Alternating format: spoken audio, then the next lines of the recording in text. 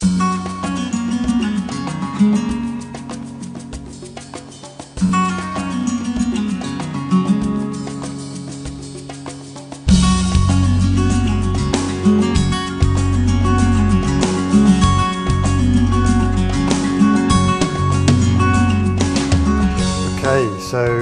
yeah, Nicole said, I'm Ryan Seddon. You can find me on Twitter. I have a blog called the CSSninja.com. I also work on Modernizer, and I work for a company in Australia called Seek, which is like a job search website, so monster.com, I think you guys have here. Yeah, so I hail all the way from Melbourne, Australia. It was a long flight here, 25 hours all up. If there's one cool thing you need to know about Melbourne is it was founded by Batman. That's a fact. Whether or not it's the actual Batman is beyond the point. So, you're probably thinking checkboxes are pretty boring. You know, usually you just agree to terms and conditions, they just go away. That's because maybe you are incorrect, because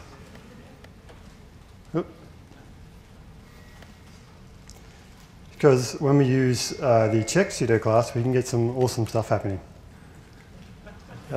And that's a custom checkbox using check, and then it's just putting up an animated GIF in the background. So it's all powered by CSS only. So it essentially allows you to create interaction without JavaScript. So it gives you state with CSS. So it gives you an on state, it gives you an off state, and allows you to react to a user's click without having to do event listeners with JavaScript. So the first thing you might think of is you can do custom checkboxes and radios. This is a cool example that I took from a developer that Leah talked about who did those bonbon buttons. He did a really cool example of doing radio buttons where it has a shiny dot, looks like it travels through, and then the further away you click, the faster it looks like it moves. And that's incredibly simple. So all it is just in the markup, it's just an input and a label. And what we do is we kind of throw away the input and we just use that for its checked ability, so whether it's checked or unchecked. And what we do is we style the actual label. And we do that by using the direct sibling combinator selector, which is the plus. So that allows me to say, I want to target a label that's directly followed by an input. So all those styles will pick up, and then we've got the checked class on the input, so I can say, well, when the input's checked, I want to target the label, change the styles on that. And then the little neat trick here to get all the other labels and inputs to react to make it look like that dot's flowing through the whole list of radio buttons. You can use the general sibling combinator, which will target any sibling, not just the direct one. And then that shiny dot is just a background image using radial gradients. I haven't included all the prefixes because otherwise that'd be huge. Use border radius, which we all learn about, and then the trick down here is just transitioning the background position, and then using a cubic Bezier curve to give it the illusion that it's speeding up the longer way it is. Leah Verou's got a really cool website called cubicbezier.com, which allows you to visualize all those animations. It's really handy. So I wrote an article about this technique of doing custom radios and checkboxes a couple of years ago now. So you can check it out on my blog. These slides will be up after the talk, so you can check it out. Another example is the tree menu. So have you ever used a file system in a computer? You know, you can expand folders. I'm sure you've all used that before. And that's using checkboxes, believe it or not. So it's just an ordered list, and then so that can go infinitely deep, and you can have infinite amount of checkboxes, and the CSS is relatively simple to accomplish that. So you once again have an input and a label, and you style the label to have the plus or minus, and it's got like the folder name, and then below that you've got like children ordered list to denote that it's like a subtree of that folded list. So I've simplified the CSS so it can just fit in here. So just picked out the important bits. So we use the general sibling combinator again to target all ordered lists that are inside a checked input, and we can set the height to auto, so it'll just expand to show all its children.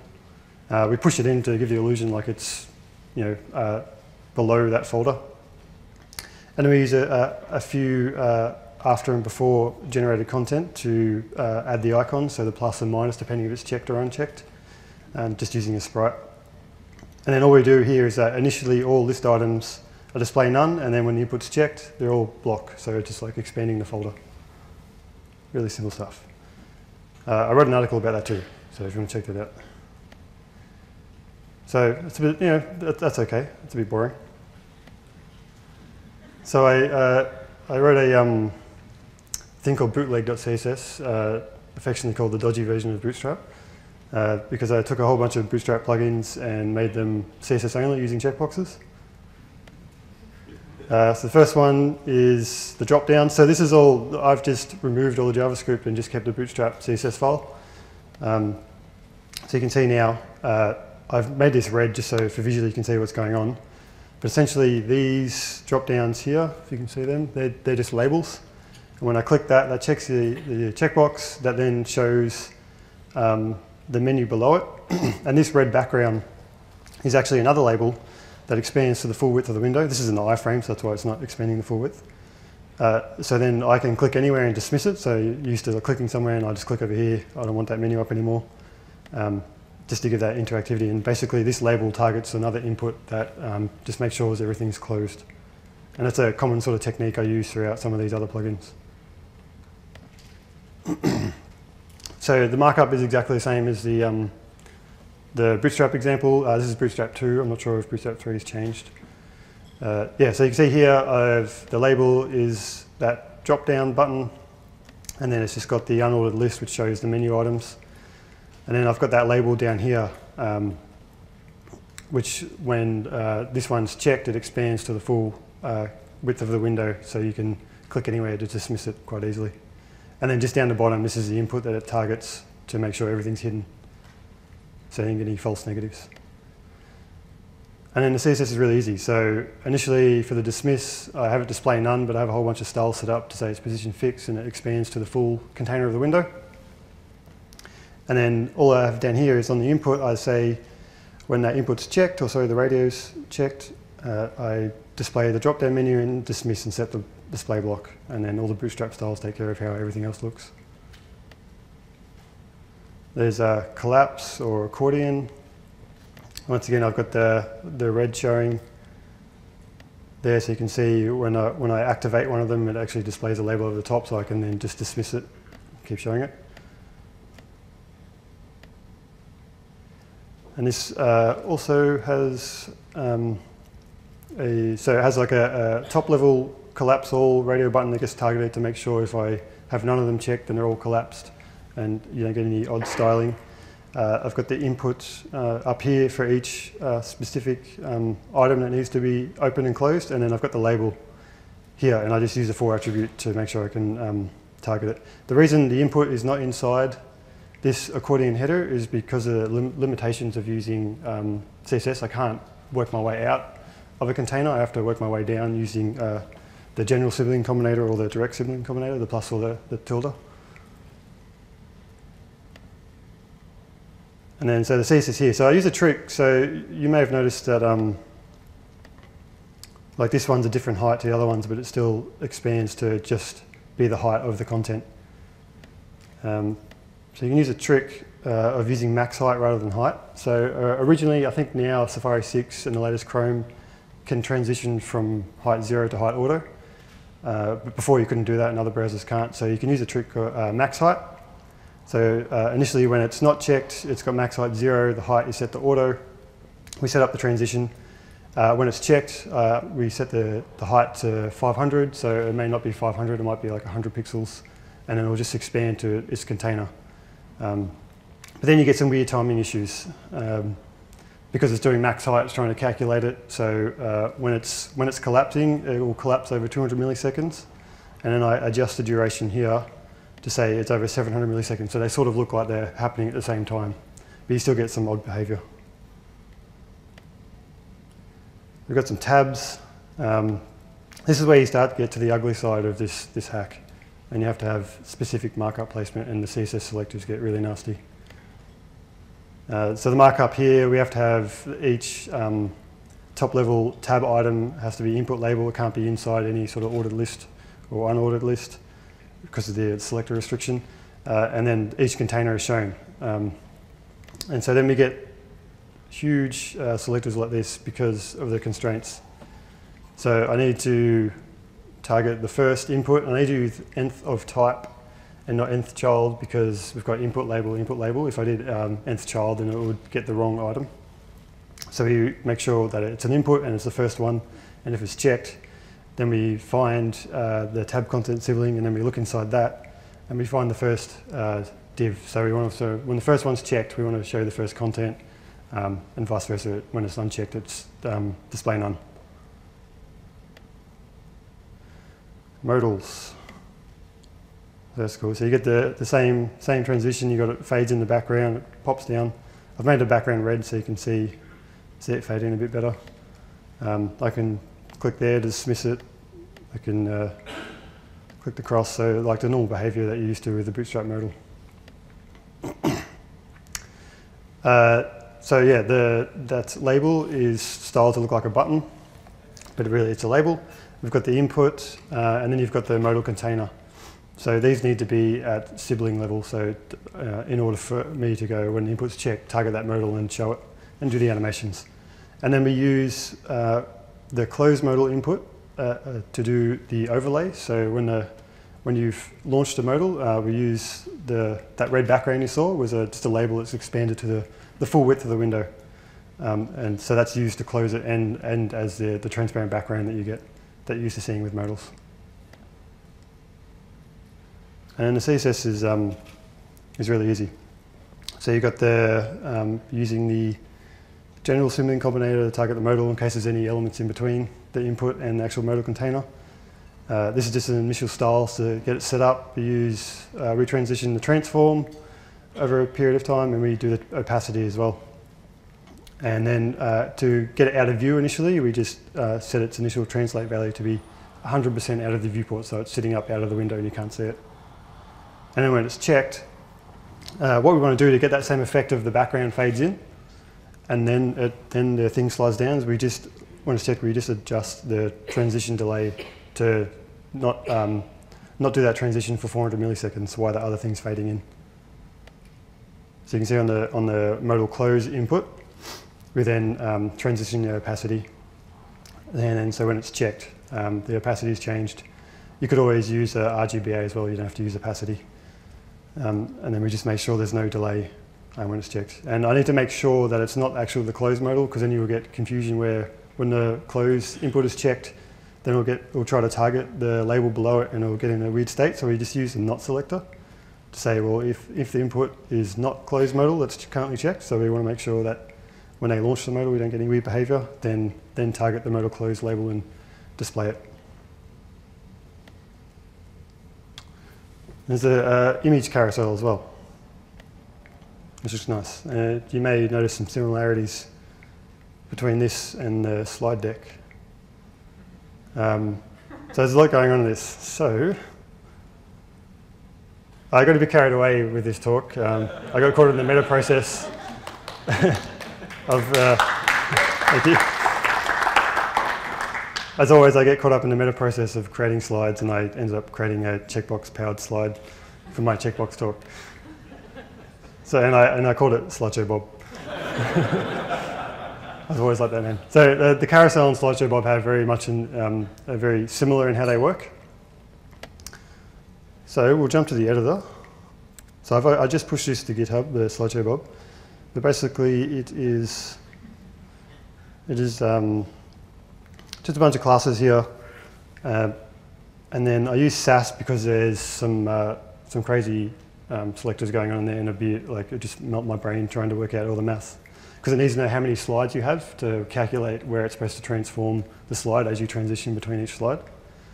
So I've got this mixin that loops over a variable. So I've got a variable slide count. So in a demo one, there's 11 slides. It'll then loop over that and it'll work out all the calculation it needs to do. So there's lots of working out, well, if it's this slide number, then you need to divide it by 100 and work out the percentage that it needs to do based on the slide count. And Sass made that really easy. And it's got a nice build process, so I just run grunt and it'll generate based on the slide count, the CSS file. So the output here, you can see, if I scroll down, so you can see it's putting out all these crazy selectors to work out when it needs to show the left and right button, when it needs to flip it based on which count you're on. So like initially you've got the second label that sits on the right side, and then when I go to the second one, then it suddenly needs to position on the left side, and you need a third one there. So there's a lot going on, so SAS makes this a lot easier, and I don't have to worry about working out all the calculations. You can see like the 4 decimal places percentage, and it gets a little out of hand, so SAS makes that hugely a much easier process.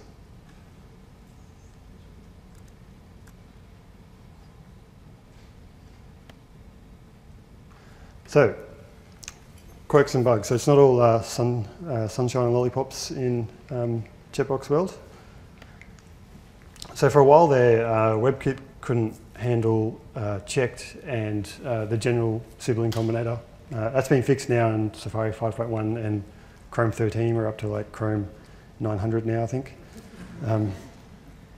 So yeah, that's like a long gone thing, but if you have to support older browsers, especially Safari, which is only up to 6, it wouldn't actually activate the styles. So if you initially had the checked attribute on an input, it would pick up these styles. But if once you, as a user, you checked another checkbox, it wouldn't actually pick it up.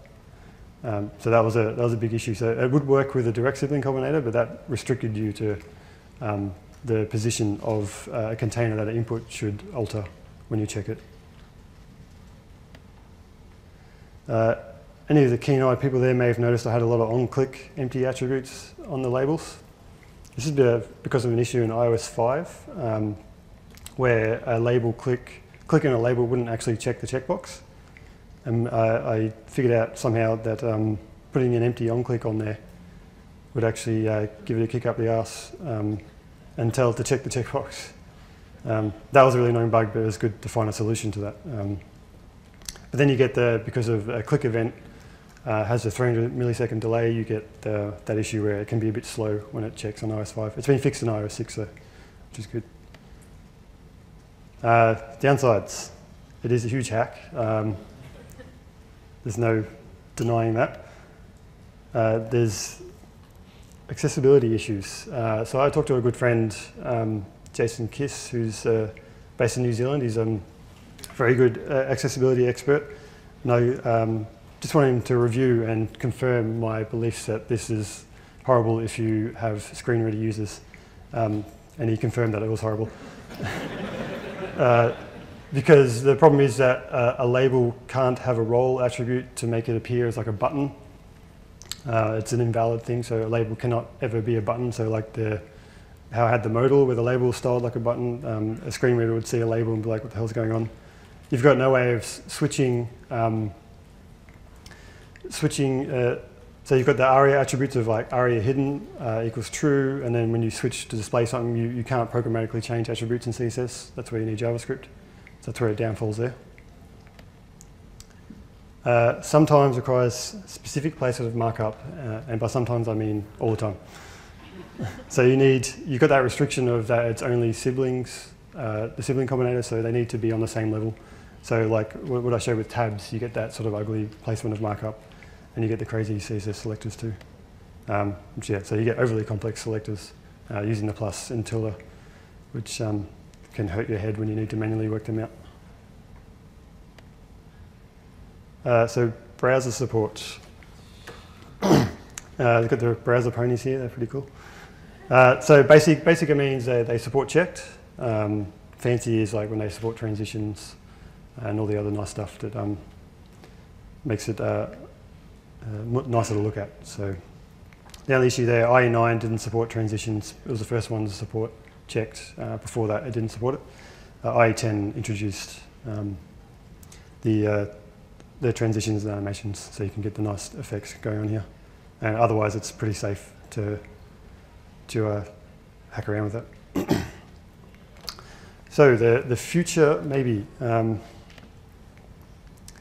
So there is a spec writer who works for Google called Tab Atkins, who on his blog wrote a proposal on there for being able to toggle any element. So he introduced these properties. There's 4 of them. I've got 2 here called toggle --, so toggle states, toggle share. So going back to that modal example, on that modal I can say, well, this modal's got 2 states. It's either hidden or displayed. The idea is this as well, you can have more than 2 states, so you can just keep cycling through and have as many states as you need.